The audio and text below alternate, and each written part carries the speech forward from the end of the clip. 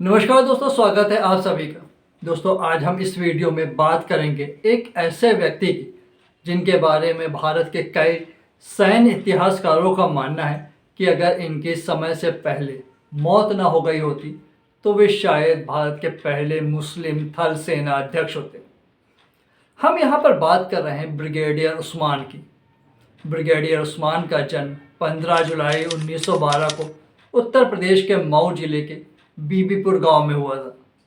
Brigadier Usman 1948 की जंग में शहीद होने वाले सबसे बड़े भारतीय सैनिक अधिकारी थे। वे 3 जुलाई 1948 को पाकिस्तानी सेना से लड़ते हुए शहीद हो गए। ब्रिगेडियर उस्मान बहुत काबिल अफसर थे। जब भारत और पाकिस्तान का बंटवारा हो रहा था तो उनके सामने मोहम्मद अली जिन्ना की तरफ से पर्सनल ऑफर आया था कि वे पाकिस्तान आर्मी ज्वाइन करें। दावा किया जाता है कि उस्मान को पाकिस्तान सेना का अध्यक्ष बनाने का भी ऑफ़र दिया गया था।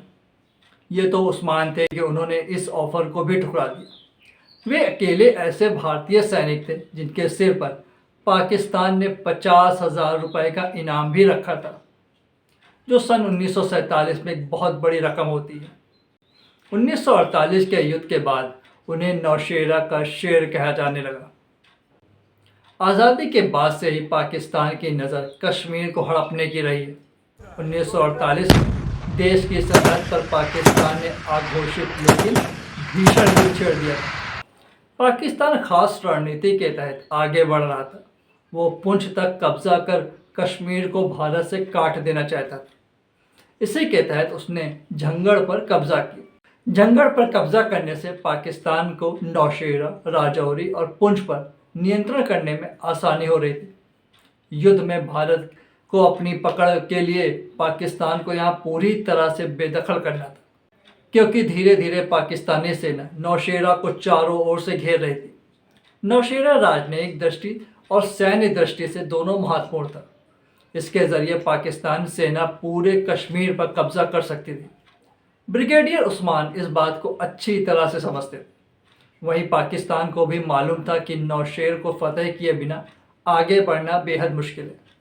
6 फरवरी 1948 को पाकिस्तान ने नौशेरा पर बहुत बड़ा हमला कर दिया। ब्रिगेडियर उस्मान ने अपने सैनिकों का मनोबल बढ़ाते हुए कहा, पूरी दुनिया की निगाहें आपके ऊपर हैं।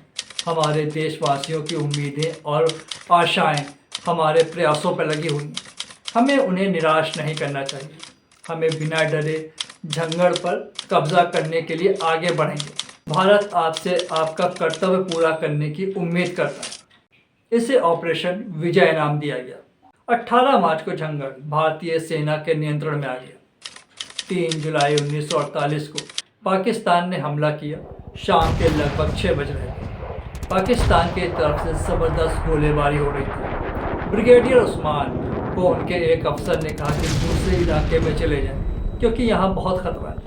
लेकिन उस्मान नहीं माने। बंकर में बैठकर आदेश देने के बजाय वे मोर्चे पर डटे रहे। इसी दौरान उस्मान के ठीक सामने 25 पाउंड का एक गोला आकर गिरा। उनके पूरे शरीर पर छर्रे घुस गए। झंगड़ और सैनिक तो बच गए, पर ब्रिगेडियर उस्मान देश की आन पर शहीद हो गए। जाते जाते उनके अंतिम शब्द थे, हम तो जा रहे हैं, पर देश की ज़मीन के एक टुकड़ा भी दुश्मन के कब्जे में ना होने पाए।